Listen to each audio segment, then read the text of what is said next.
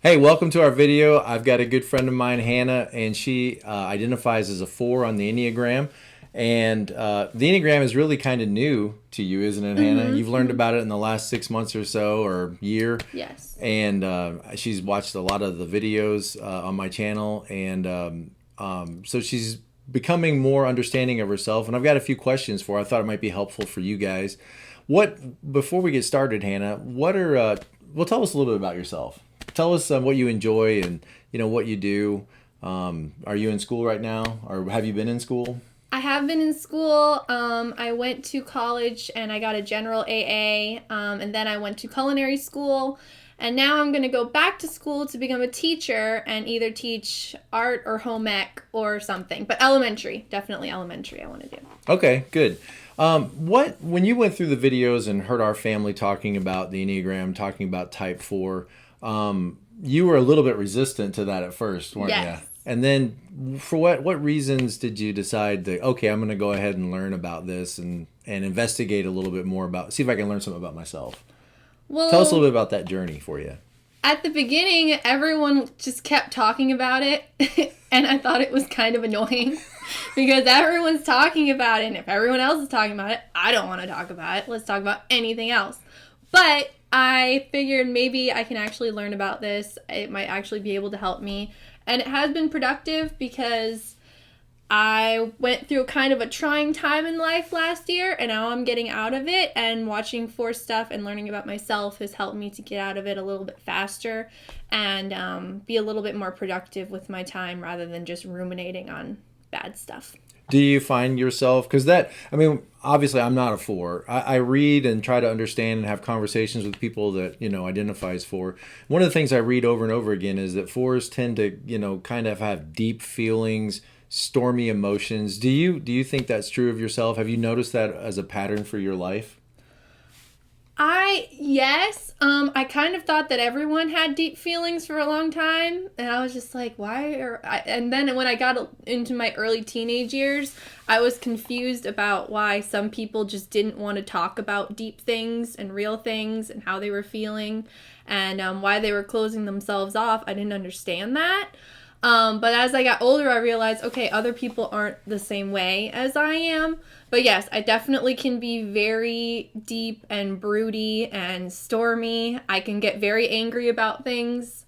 I think that's how I moved to 1, is through getting mad that things aren't how they're supposed to be, and frustrated. But yes, I think can be overly emotional sometimes. Or over-identify with those emotions. One of the things, too, I read is that 4s can sometimes check in a little too much with their feelings, and it's like they want to be true to themselves, be authentic and really be themselves, but sometimes how can depending on your feelings sometimes get you into trouble? Have you ever experienced a time when maybe you should have just let things go, or your feelings maybe led you in a way that wasn't necessarily healthy, or you over-identify with your feelings to the point that you got stuck and didn't feel like you could move forward? Has that ever been a problem for you? Yes and no. I think my emotions have been pretty helpful a lot of the time because maybe I see something or I feel something weird that other people aren't seeing or feeling. And because of that, it's kept me safe a lot of the time. That something, okay, that person's a little bit creepy, something feels a little bit off. And my gut and my emotions told me that. And so I was able to stay away from bad things.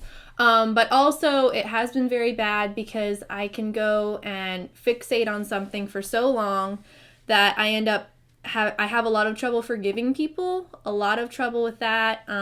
Praise God that he's helped me with that. But I definitely struggle. And sorry, this is going to be an editing. What was the question again? Well, has there been editing moment. Has there been a time? Cut. Has there been a time when you feel like maybe it would have been easier if you didn't have to go so deep?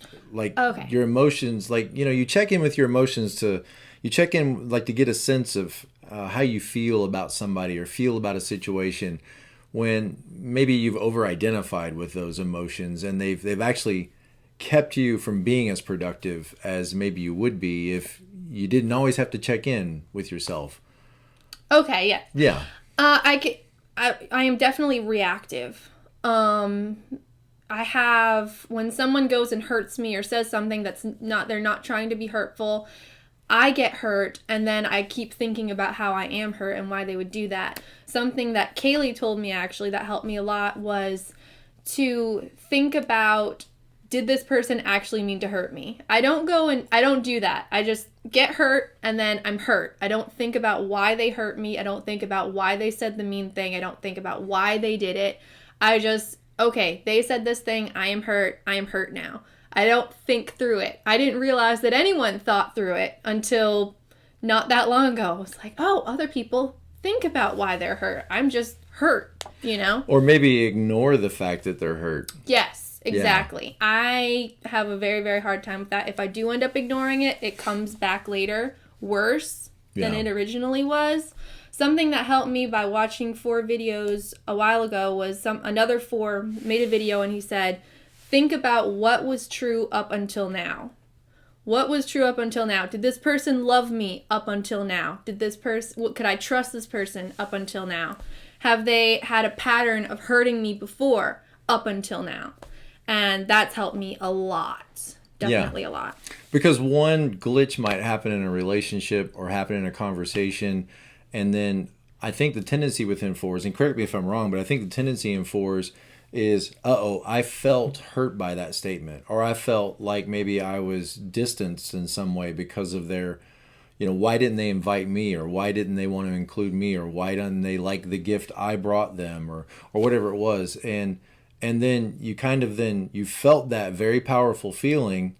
And then you sort of retreat away and think about that feeling and think about that feeling. And what my daughter, Kaylee, you're referring to, I think is saying is, go back and be a little more objective, a little bit more like, what are the facts? Yes. Not just how do you feel, but are you feeling in line with the real facts? Or because it's true that you felt hurt or slighted or upset at that moment, but that feeling may not be the entire relationship. Yes. Yeah. Kaylee is the perspectives guru, and that's what I call her. Yeah. And when I get upset, I can go and talk. When she gets upset, I can talk to her. When I get upset, I can, either way, it works. And she goes and she says, well, have this person done this before? Is this a thing that they do all the time? Well, why don't you talk to them about it? Maybe they don't know that it hurts you. And in my head, they know me well enough to know that would hurt me. Yeah. I assume too much of people. I expect too much from people. And it can definitely come back and bite me, expecting so much and hoping too much. Yeah, and that's that longing, overly romantic idea of the way relationships are supposed to work. Yes. I read the other day, that like one of the things that a 4, 4s often feel like people don't get me. They don't understand me. And if you find a friend that gets you, you've got like a real friend. This person gets me. Yes. And it's that. Now, let's go dark for a minute, because I think if I understand right, 4s are willing to sort of look at the darker side of life. 7s, of course, want to avoid that. We don't want to deal with boredom and pain and misery and everything like that. We try to reframe it and get to the positive side of it. But one of the things I really love about 4s is that 4s, will kind of look at you and say, tell me about your tragedy, and it's like they're not afraid of going to that deep into the pool. But when you think about like the dark things of life or the dark side of life, are you okay with having those kinds of conversations with people when they're talking about, things in life that have hurt them and tragedies they've gone through? Do you find that's natural for you to be able to go into those subjects without fear? Definitely not without. Yeah, I don't have fear of it at all. I have no problem with someone telling me about that. Something that I do with just about all of my friends when I see potential, like this could be an actual friend, I go and say, okay, tell me the story of you. What makes you you? Who are you? Tell me your tragedies. Tell me your wonderful moments. Tell me your ecstasies and your tragedies and what makes you you. Who are you? Tell me your history. And I have no problem with going deep. I have no problem with hearing about the sad things, because that's what makes that person that person. And if I'm going to be friends with someone, I want to know who they are. If I don't know who you are, then what's the point? I'm not actually your friend. That's very frustrating to me. But I do have a problem where I take on those emotions. If someone tells me about them being sad, I become sad. If someone tells me about a horrible thing that happened, not necessarily to them, but just a horrible thing that happened, I get sad. My parents are both 6s, and they can talk just no problem about, oh, did you hear about this kid who died in a plane crash? Did you hear about this thing that's horrible? And did you hear about this terrorism that happened and coronavirus? They can just talk about it. And then they say, okay, so what? It's basically they're saying, oh, what's the moral of this? Okay, well, we're not going to go on any vacations and stay away from lakes because alligators will eat you. And to me, I hear that, and if they're talking to me, they're trying to do it in a nice way, but if they're talking to me, I just become sad because I think that kid got eaten by an alligator at Disney. They were just there to have a good day. They were just there to be happy. He probably just saw his favorite character, and now he died. And that's sad. And then I become sad, and I have a hard time getting out of that. And so you, in a sense, maybe you could say you over-empathize. Yes. With stories, people, events, news. Even news. Yeah. I don't watch the news. I don't read about news. I avoid the news. Yeah. A lot. And if you live with 2 6s, they probably live on the news. Definitely.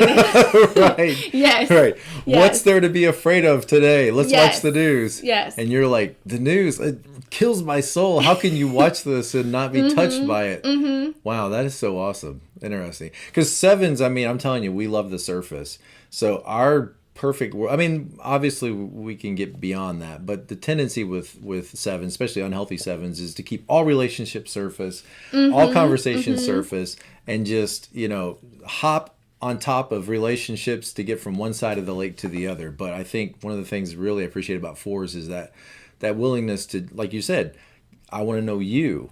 I want to stop and pause and get to know you and what makes you authentically you.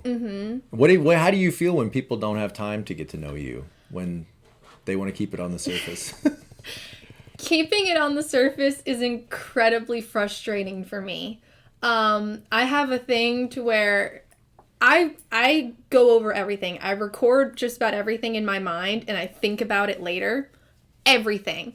So if I had and so I remember a lot. And so if I had a conversation with you last time I saw you at church or whatever, and we had this conversation, and then I see you the next Sunday at church and we have the exact same conversation, there's no point in me talking to you.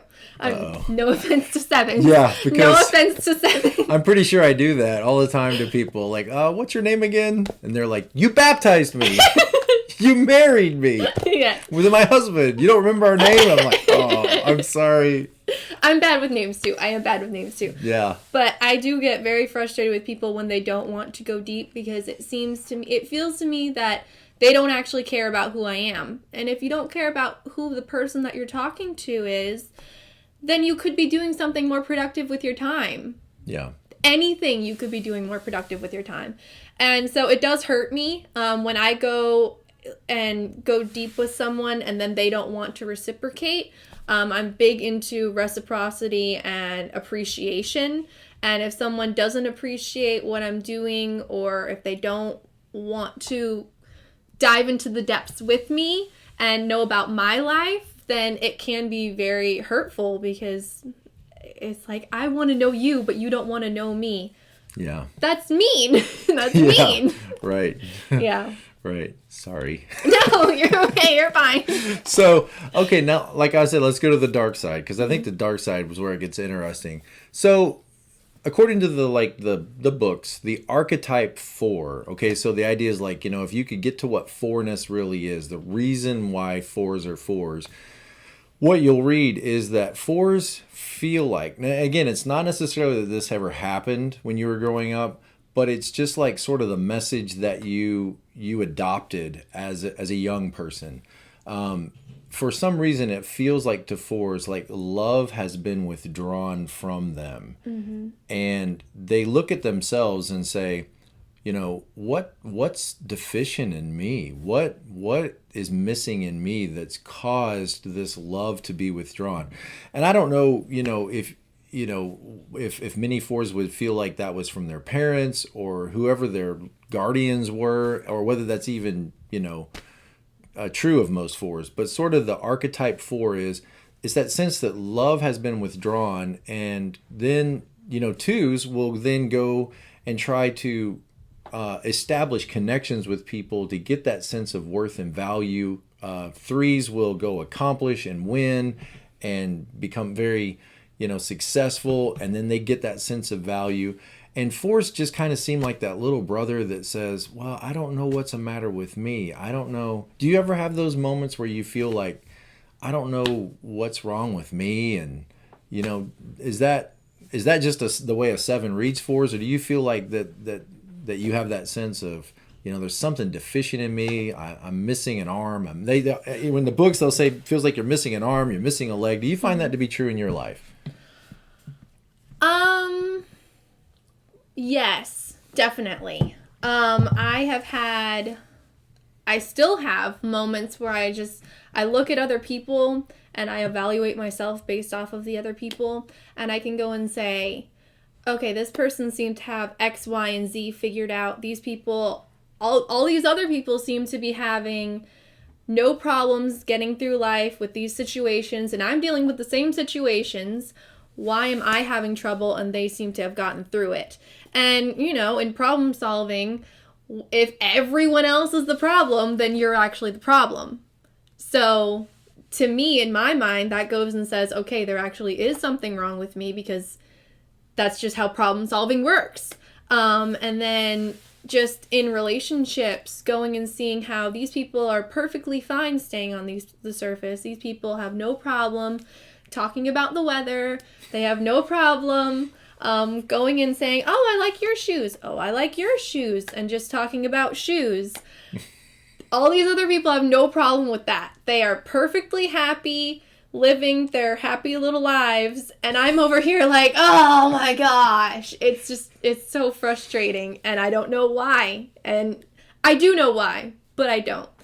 And like with relationships, I have a hard time because people go and say, oh, well, you just need to do this and you just need to do that. Oh, they got it all figured out. Yes, for you. Exactly. And if I do, and it worked out for me, so if I do the same thing and it doesn't work out, it must be me that's the problem. So definitely yes. Yeah, and so you might trip over yourself like, oh, I guess I'm just broken. I guess I'm just... Yeah, and when you said that, what I heard in there, I don't know if you would hear it, but what I heard in there is that sin, the root sin of fours is envy. Mm-hmm. It's that sense that, in my mind, correct me if I'm wrong, in my mind, fours kind of look at like everybody's wearing khakis, everybody's wearing, a blue polo shirt or a green polo shirt, and they all seem fine with that. Like, yes. Yeah. And like they have no sense of themselves. They just all blend into like cogs in a wheel. Like they're all factory workers. Like replace person A with person B and replace those with person C. Mm-hmm. And fours, another brick in the wall. And I think the way the shame and worth works in the four is they're kind of like, is that all? I got to be more than that. I can't just be what everybody else prescribes me to be. Mm-hmm. I must understand myself and what makes me different. And then you look out there and you're like, yeah, but look, Harry and Marty, they all seem happy. Like they seem like they're content with life. Is this all they want? I mean, what's wrong with me that I long for more? What's wrong with me that I'm searching for something deeper and something more? Well, let's go to the positive side, the good side. Okay. So everything I read says fours are creative, fours are dynamic, fours, they see the differences, but then they start to use that site to like fuel creativity.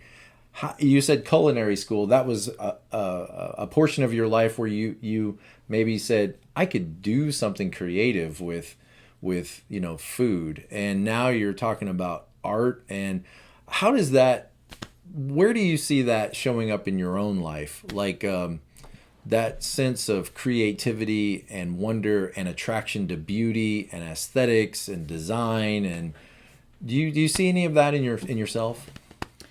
Yes. Just last night, I've had this vision for a headboard in my head since I was like 14, and I'm 23 now. And I said, I want to do it. I can procrastinate a lot. So I started building my headboard yesterday. I enjoy making things. I think I have a great distaste and disdain for laziness. I don't like laziness. And I feel like if you can build the thing, if you can make the thing, if you can paint your own walls and make it into something that you like and you love, that's so much better than just going and buying it from IKEA. I hate IKEA. You can go, there's so many different ways that you can make the world around you beautiful, and you can see the world in a beautiful way rather than just gray, just seeing everything as gray. But that idea of ordering it out of a catalog. Oh my gosh. I hate that so much. The headboard behind your bed is the same on 1,000 other beds. Yes. My bed's going to be in the corner. I have a corner headboard. That's how different I am. Wow. So different. No, I'm just playing. Yeah. Well, I mean, and there's nothing wrong with that. I mean, just that you want it to be not only aesthetically pleasing, but something that's unique and meaningful. I think one of the things I read about fours that helped me understand fours is they disdain the mundane. Yes. And where many people love the mundane. Yes. I have something that I was learning about recently. I was reading / listening to the Screw Tape Letters. Highly recommend. Very, very good. And something that they were talking about was the need for novelty and the search for novelty, but novelty is diminishing. Sorry, we're gonna have to cut this out. What's the thing called? Diminishing returns. Yeah. Novelty is diminishing returns. There are only so many novel things that you're going to be able to find in life. Mm-hmm. And when I realized that, I just was devastated because I don't like the mundane. I don't like boring things. I don't like the basic. I don't like going to Walmart and getting khakis. I'm wearing orange pants right now. I don't like it. I hate it. I feel like it's a waste of life to just go and do the same thing that everyone else is doing. And that depresses me. And I don't like being depressed. So I'm going to wear the orange pants and I'm going to go to vintage shops and make something my own because I think I don't want to be forgettable. I don't want to be an NPC. What's NPC? There's this meme. It's the NPC meme where it's the non-player character. Oh, and it's all the dull gray guys, all the basic people who you go through in the game, and you see them, and you click on them, and they talk to you, and it's the same as every other person. Yeah. And the player character is the one doing the things. Right. I want to be the one doing the things. Nice. Well, I would say that you have embraced a lot of the positives of fours. What would you say to that?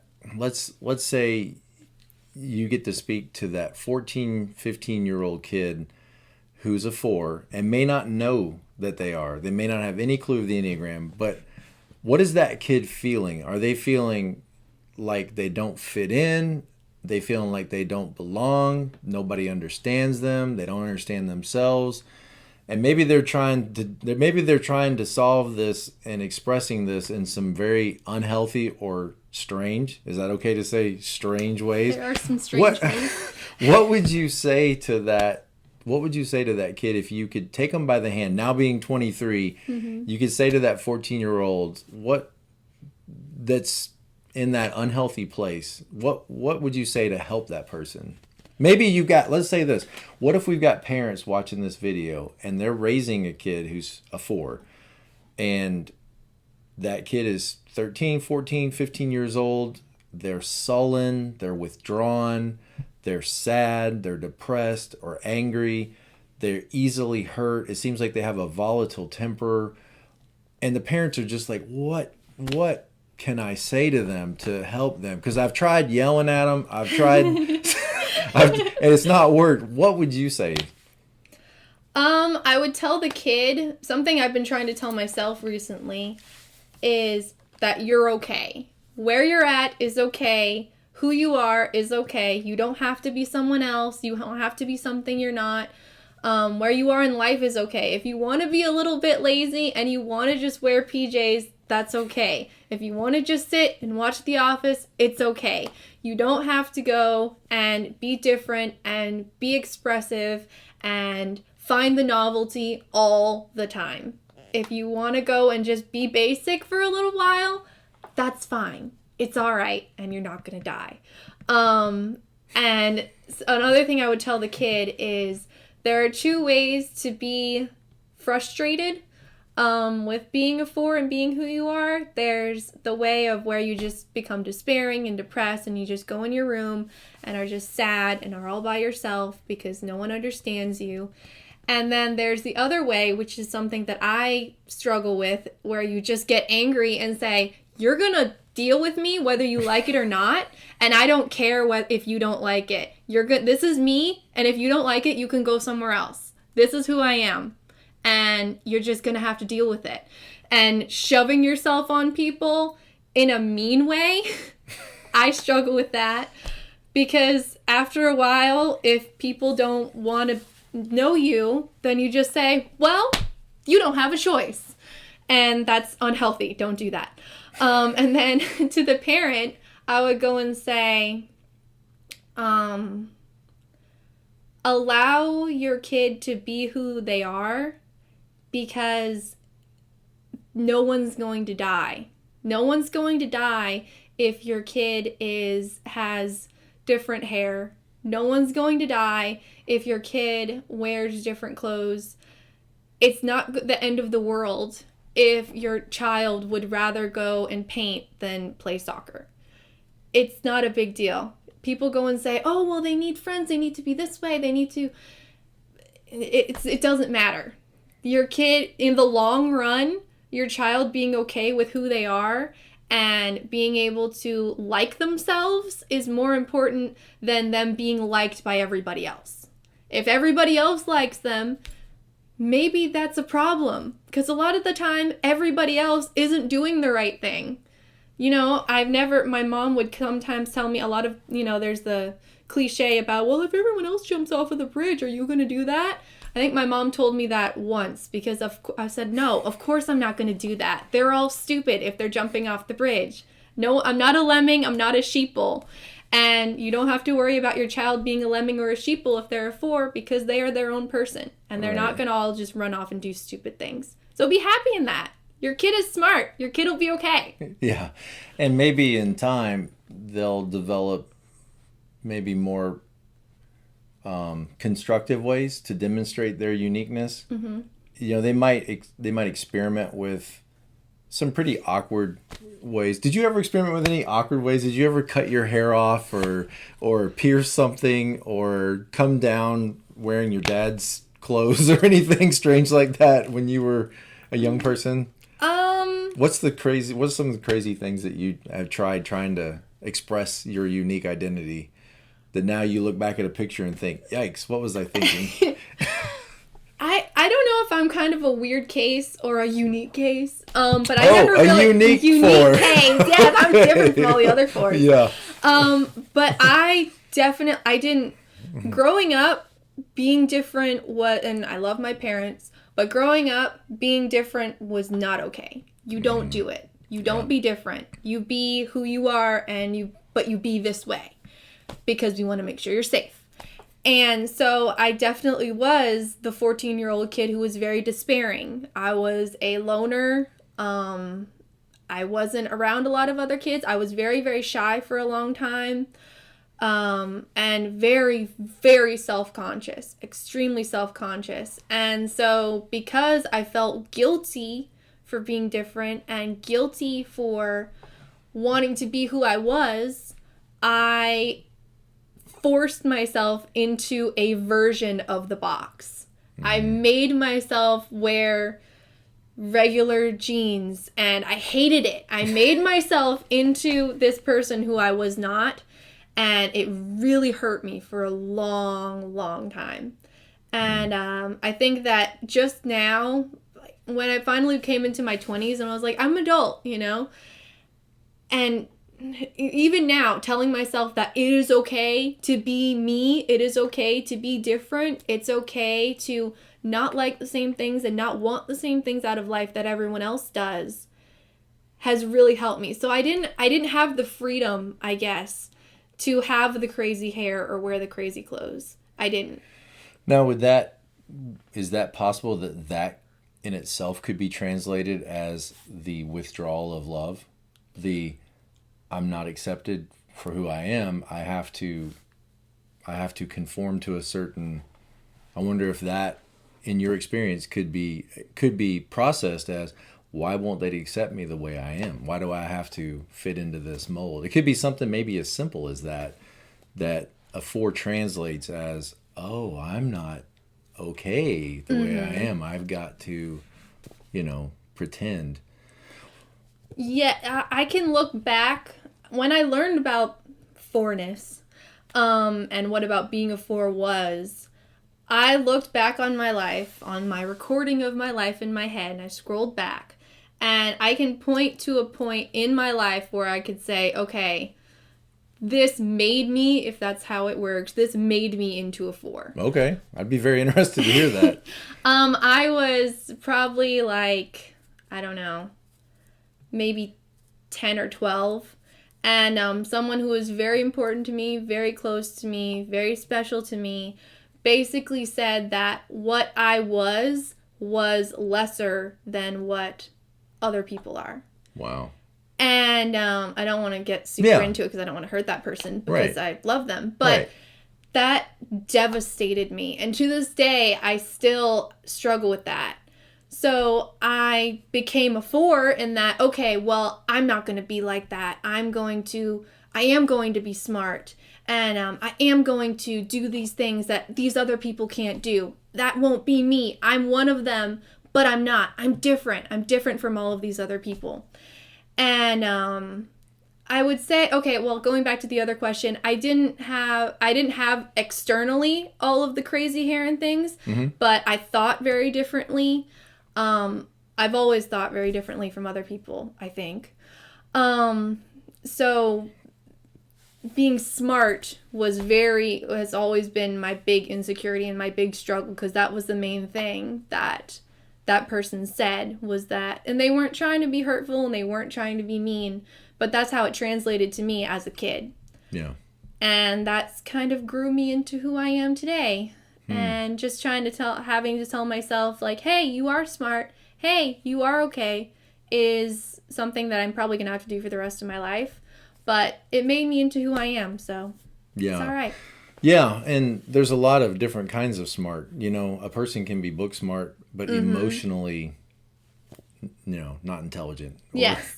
And okay. This wasn't supposed to turn into a therapy session, but sorry, people on YouTube. Right. Well, and your story helps other people, and again, like you said, the person that said that to you, objectively, they didn't. I always think of it like this. Sometimes we drop pebbles, but they land on people like boulders. Yes. And people are dropping pebbles.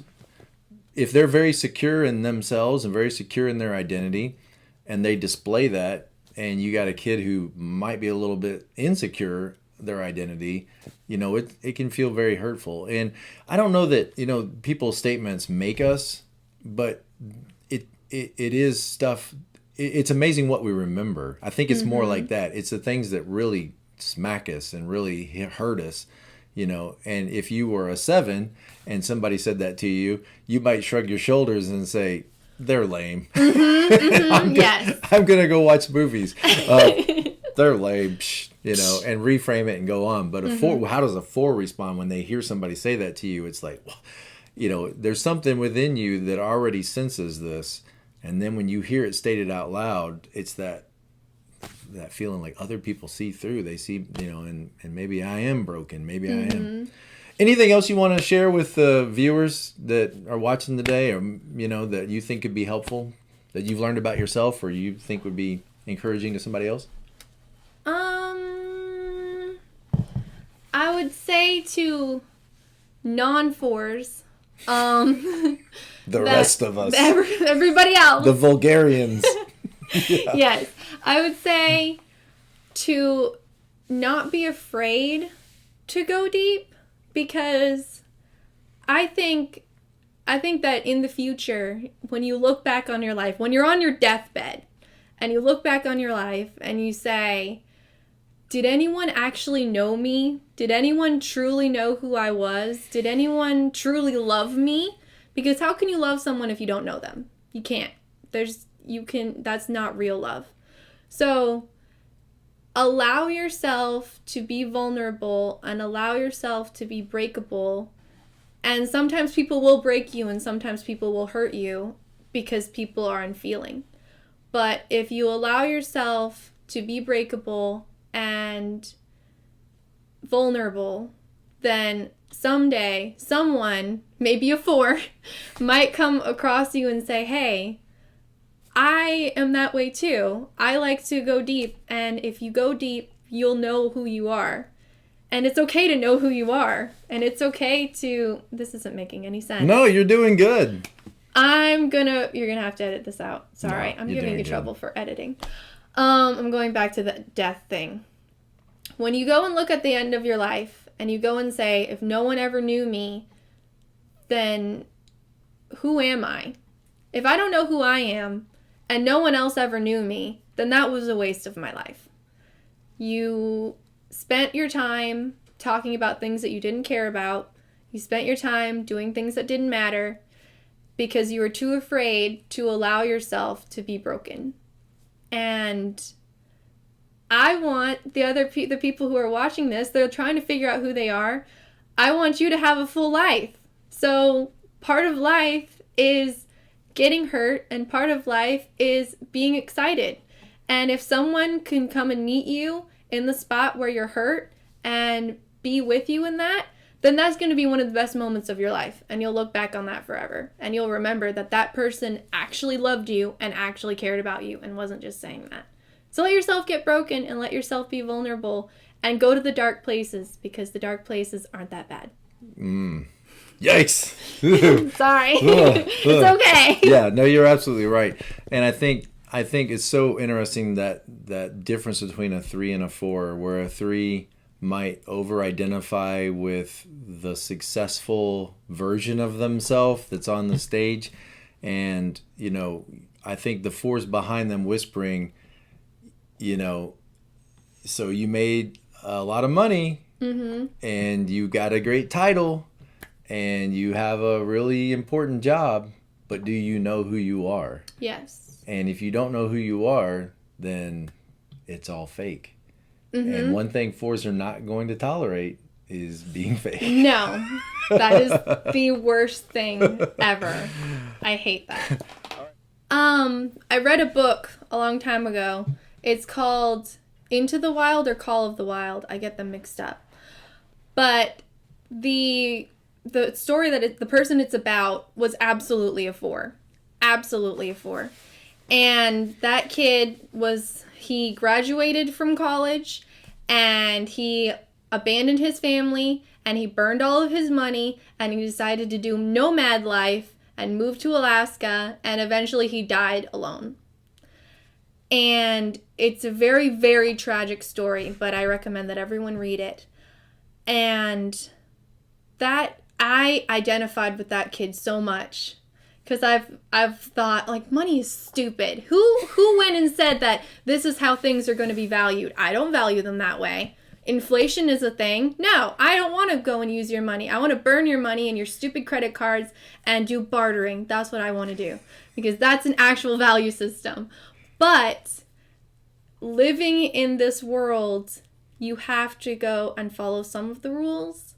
Even though the rules are stupid and they were put up by people who are not you and were talking about arbitrary things, you still have to live in this world. So don't run away from life, and don't end up going and being so much your own person and so much and disappearing so much that you end up dying, because you actually can. I guess suicide is a pretty big thing for 4s.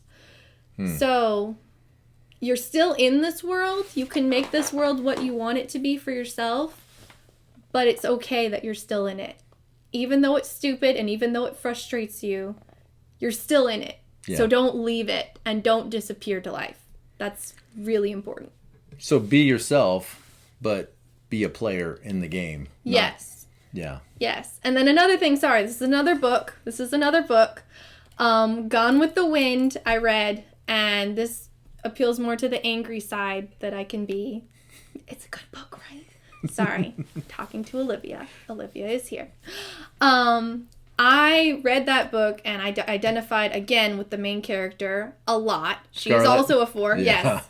I am Scarlett in a lot of ways. So another thing to say to the kid 4 and to the adult 4, I guess, is don't go and fixate so much on what you don't have that you neglect the things that you do have. Because if you're going on your deathbed again and you look back on your life and you say that you never appreciated the people who actually did love you, you never appreciated the things that actually mattered, and the few little things, we don't have a lot, no one has a lot, but they all have a few things that matter to them. And if you neglected those things that mattered to you and you pushed away the people who love you, then you're not going to have anybody and you are going to be alone. So don't push away the things and the people and the stuff that matters now for the things and the people and the stuff that's going to matter someday and the ideal ones. Yeah. Don't do that. It'll hurt you really bad. Read the book. It's really good. And it's interesting you use that word push because 4s, one of the characteristics you'll see or read is that push-pull dynamic that 4s will move in and seem very loving and connected, and then something happens, a glitch happens where they'll then push away, and maybe it's to sort out their stormy feelings, or maybe it's because somebody said something that hurt, or maybe just that feeling that I don't really fit into this group like I thought I did, and 4s will sometimes move in and out of relationships, and the rest of us kind of go, what did we say? I didn't mean to hurt feelings. I'm not as sensitive to whatever it was that was said or done that caused, that hurt. But again, it's sometimes we do bump into each other, and I think the Enneagram really helps us to develop some compassion. One of the things that I think 4s and 7s share in common is that feeling of something's missing. I think 4s often feel like something's missing in every situation or even within themselves. And disappointment is big. Yeah, and of course 7s always feel like they're missing out. If we weren't doing, going to the grocery, we could be at the beach. And if we were at the beach, we could be, it's always, we're missing out on something. And again, disappointment can be a big, and I know for myself, I've had to be present to life by saying, look, I can't focus on what I'm missing out on. I have to just enjoy what I'm doing right now. And when I do that, I can really have joy and share joy. And I think a similar challenge is in front of the 4, that your romantic longing for the way things could be can keep you from experiencing fully what is. Mm-hmm. Yes, sorry, you wanted to end the video. You're gonna have to edit that out. I'm not good at this. But yes, there is definitely the reason that I know that I push away is because I want to see if it's real. Oh. I want to get away I want to push back so I can look at it outside of actually being in it and say, okay, is this real? Do these people actually love me? Are they being real? Are they lying to me? I assume that a lot of people are lying. I don't take compliments well. It's not that we're pushing away because we want you to go away. It's not that we're pushing away because you hurt us. Sometimes it is. Mm-hmm. But it's because we're trying to see if you actually do care. If you do care to come and check and make sure we're okay. If you do care to go and say, hey, I really, really do love you. That's a huge, huge deal. So to the parents, if your kid is a 4 and they are pushing away, go and genuinely show that you love them. Love languages are big things. And see them for who they are. Yes. Affirm them for who they are. Say, we see you, we know you, we love you, and we're not going to give up on you. Yes. And wow. Yeah. Because my guess is, over your short lifetime, is that when you have pulled yourself back, there's been a lot of things that you realized they don't really care. I've had a lot of friends, like I said, being kind of a loner. I guess I can still be a little bit of a loner, but I have a handful of friends who I do actually know are real and are true, and that has been very helpful to me. But yes, I have had a lot of friends who have gone and you've thought that they cared and they didn't actually care. Yeah. And you thought that things that you were important to them and you weren't. Family members and friends. But that makes you stronger in yourself, I guess, in a way, because it makes you go and say, well, it doesn't make you won't stay in those situations. You won't stay in bad places, which a lot of people end up doing. They don't say, well, no, they couldn't have meant that. They couldn't have meant that. And, maybe for a while you go and say they couldn't have meant that. But if they do actually mean that, then it's okay to leave. In a similar way, it just dawned on me, in a similar way, 8s kind of do that, in that 8s will, I'm going to be myself, I'm going to say what I want to say, and if you don't like it, you can get lost. And 6s, I know of some 6s that have told me that sometimes they will, I don't know if any of you guys ever did this, but I was talking to a 6 a while back, and they said that they will, when speaking with someone, give incorrect information to a person to test them to see if they will correct them with the facts. Oh gosh, that would be horrible. Yeah. So in a sense, they're testing, is this person really going to be true Testing to the me? waters, yeah. Is this person really going to be honest with me? And so in the situation at work, hey, Marty, I heard that your car broke down yesterday. You weren't able to come to work. My car broke down. No, it wasn't my car. I had to take my kid to the doctor. Oh, you had to take your kid to the doctor. Ding, ding, ding. This person was honest with me. Yes. And so a 6, will test to see, is this person going to be truthful to me, so that I know whether to trust them. And it sounds like what you're doing is a sense of that same thing. Just if I move away from this relationship, is it over? Is the relationship over? Or do you value me enough that you are going to check on me to see if that's interesting? Yes. Great insight. All right, Hannah, I enjoyed this. Thank you so much for sharing your heart and sharing your insight into yourself, and really appreciate that. And as always, I would encourage you guys to be present to life.